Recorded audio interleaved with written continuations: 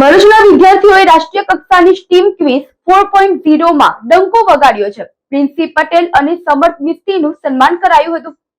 Gujarat council on science and technology ગુજકોસ્ટ દ્વારા આયોજિત રાષ્ટ્રીય સ્તરની સ્ટીમ ક્વિઝ 4.0 સ્પર્ધામાં 15 લાખથી વધુ વિદ્યાર્થીઓએ ભાગ લીધો હતો, જેમાંથી ફાઇનલ રાઉન્ડ માટે માત્ર 1076 વિદ્યાર્થીઓ જ પસંદ થયા હતા. આ ગૌરવપૂર્ણ સિદ્ધિમાં ભરૂચ તાલુકામાંથી સબરી સ્કૂલની પટેલ પ્રિન્સી દેવેન્દ્ર કુમાર અને નારાયણ સ્કૂલના સમર્થ મિસ્ત્રીએ ભરૂચનું નામ રોશન કર્યું છે.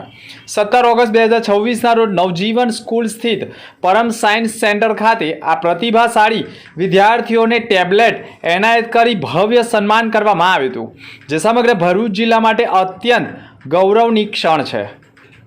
વિદ્યાર્થીઓની આ હૃદયસ્પર્શી સફળતા વધારવા માટે 17 ઓગસ્ટ 2026ના રોજ ભરૂચની નવજીવન સ્કૂલ ખાતે આવેલા પરમ સાયન્સ સેન્ટરમાં એક વિશેષ સન્માન સમારંભનું આયોજન કરવામાં આવ્યું હતું.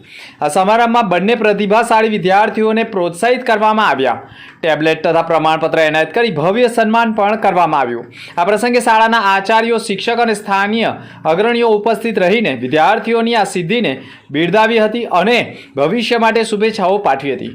ભરૂચના આ દીકરા દીકરીઓ રાષ્ટ્રીય સ્થળે મેળવેલી આ સિદ્ધિથી સમગ્ર જિલ્લામાં આનંદ અને ગર્વની લાગણી અનુભવાઈ છે.